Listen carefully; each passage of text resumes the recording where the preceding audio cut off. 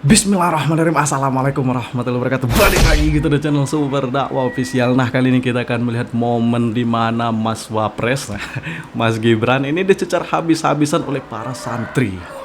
Ini sekalian kita bisa melihat kualitasnya wakil presiden terpilih kita, yaitu Mas Gibran Raka Buming Raka, yang selalu dihujat, yang selalu dinyinyirin oleh para kaum sakit hati maupun kaum 16%. Oke, langsung sih kita mulai videonya tanpa berlama-lama. Bismillahirrahmanirrahim. Let's go. Langsung saja ke Santri Putri, dua penanya terakhir. Oke, langsung saja ya, to the point, singkat padat jelas. Bismillahirrahmanirrahim. Izin Bu ya. Assalamualaikum warahmatullahi wabarakatuh. Waalaikumsalam. Saya ingin bertanya kepada Mas Gibran, apa saja kiat sukses untuk generasi muda di masa depan, yang dimana nanti kita akan di beberapa tahun kemudian nanti kita akan melewati, mengalami dan mendatangi masa itu. Jadi mohon tipsnya kepada Mas Gibran atas kiat sukses untuk generasi muda di masa depan. Wassalamualaikum warahmatullahi wabarakatuh. Pertanyaannya general sekali. Pokoknya belajar yang rajin. Besok ujian kan, belajar. Dah, sama nurut sama Pak Kiai, dah dua itu cukup ya. Udah itu aja kiat sukses, apalagi ya, nggak ada kiat sukses yang lain ya, cukup. Oke, Mas. Satu penanya terakhir, langsung saja dari Santri Putri. Yang terakhir ya, terakhir. Bismillahirrahmanirrahim. Mohon izin Bu ya. Assalamualaikum warahmatullahi wabarakatuh. Nama saya Najwa dari kelas 11. Saya mau bertanya tentang perencana persiapan untuk bonus demografi tahun 2045 masa depan Indonesia. Tadi saya mendengar penjelasan Bapak, saya menangkap kalau Bapak menekankan pada bidang bisnis dan teknologi. Nah, tapi bagaimana dengan bidang agraria, pertanian dan perdagangan? Maksudnya di zaman dulu kan kita terkenal dengan beras sekarang. Sekarang kita malah ngimpor dari Thailand. Dan banyak masyarakat kita yang kekurangan beras. Kemudian Anda juga bilang untuk mengarahkan anak yang bisa ini ke bidang ini, anak bisa ke bidang itu. Bagaimana dengan nasib anak yang bahkan tidak bisa menempuh pendidikan sekolah karena entah terpaksa menikah muda, terutama untuk anak perempuan seperti kami, atau anak yang kurang mampu begitu.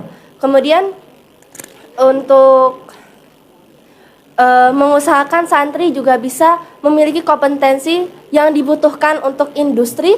Itu kira-kira Bapak merancangnya rencananya akan seperti apa? Apakah mau mengusahakan untuk menyatukan kembali pelajaran umum dan pelajaran agama seperti yang diusahakan oleh Buya kami, disetarakan gitu. Jadi kami juga belajar pelajaran umum tuh ada yang asalnya dari kitab juga seperti ilmu umron atau seperti apa? Apakah Bapak punya rencana sendiri untuk menyatukan dua materi tersebut untuk bagi kami para santri? Baik, segitu saja Rikan. Terima kasih Pak. Ini bagus banget pertanyaannya, teknis.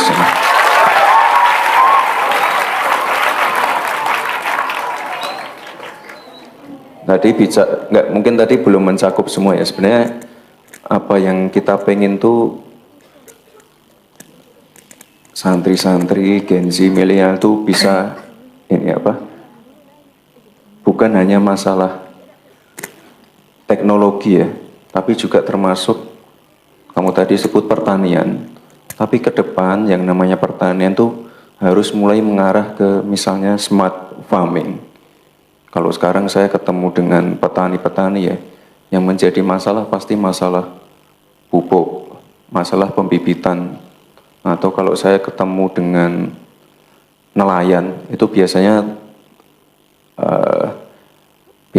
terbentur masalah regulasi. Sekarang kan ada regulasi terbaru itu misalnya penangkapan ikan terukur, zonasi kuota. Nah, nanti ke depan jangan sampai tidak ada anak muda yang mau jadi petani, karena masa depannya juga ada di situ. Kan nanti pernah dengar masalah ini ya, apa istilah hilirisasi ya?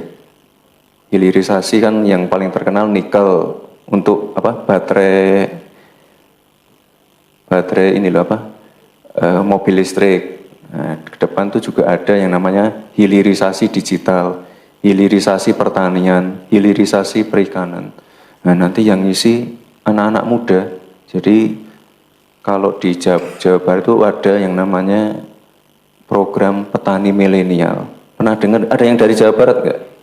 Ada program namanya petani milenial. Jadi petani yang menggunakan benar-benar teknologi terkini, misalnya untuk mengecek pH tanah, mengecek tanah mana saja yang subur. Ini kalau nggak anak-anak muda yang menggunakan teknologi nggak mungkin bisa. Itu ya kira-kira ya.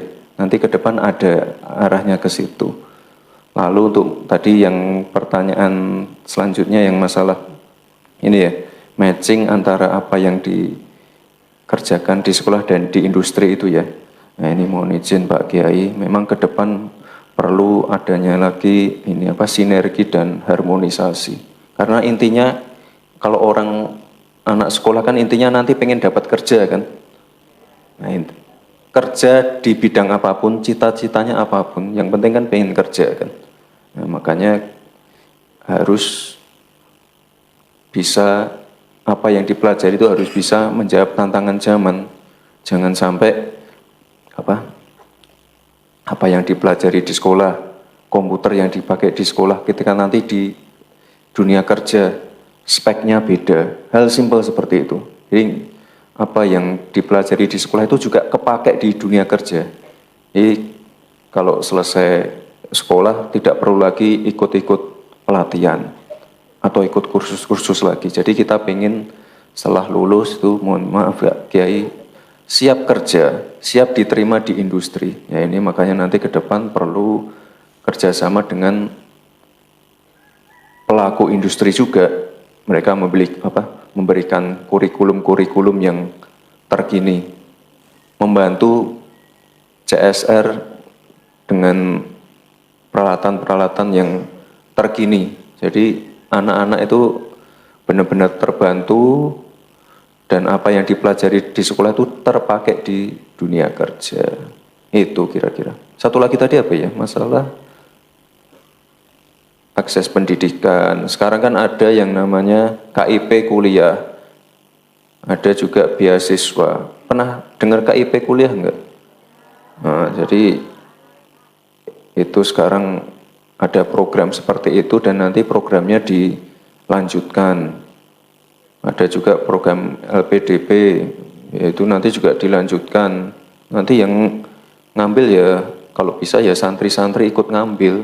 Jadi bisa kuliah atau kuliah di luar negeri. Kesempatan itu selalu ada kok, ya tenang aja. Tapi memang harus kita proaktif untuk mendapatkannya. Programnya itu banyak sekali.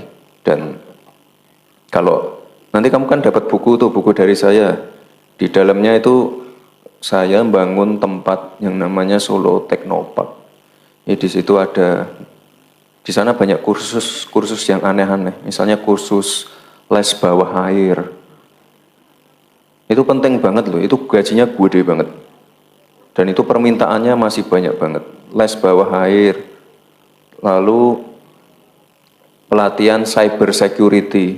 Sekarang yang namanya pertahanan itu bukan hanya pakai senjata, tapi juga di dunia maya.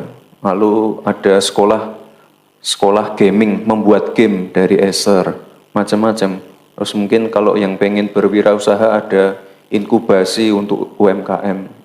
Jadi nanti dibaca ya bukunya, banyak banget yang bisa dipelajari di situ. Siapa tahu kamu pengen les bawah air ya. Gajinya gede banget. Ya untuk perempuan kan nggak apa-apa juga. Ya. Intinya di situ banyak sekali pelatihan-pelatihan yang memang kita khususkan untuk anak-anak muda. Jadi anak-anak muda ke depan tuh benar-benar bisa menjawab tantangan zaman, memenuhi kebutuhan industri, dan yang paling penting siap kerja. Ya. Cowok-cowok juga ya, terutama ya harus siap kerja. Oke, cukup ya. Wah, pertanyaannya bagus banget, teknis banget ya. Oke. Pinter-pinter terima Pak Kiai kasih. ternyata. Wah, luar biasa, kritis-kritis. Iya. Nggih. Dah, Mas Griban nih bos.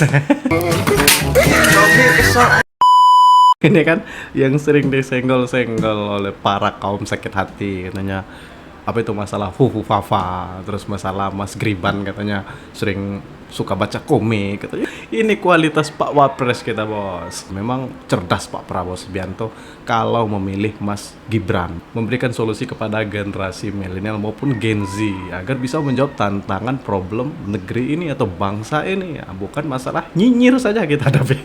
Dah, saya akhiri, pokoknya tetap jaga persatuan Indonesia.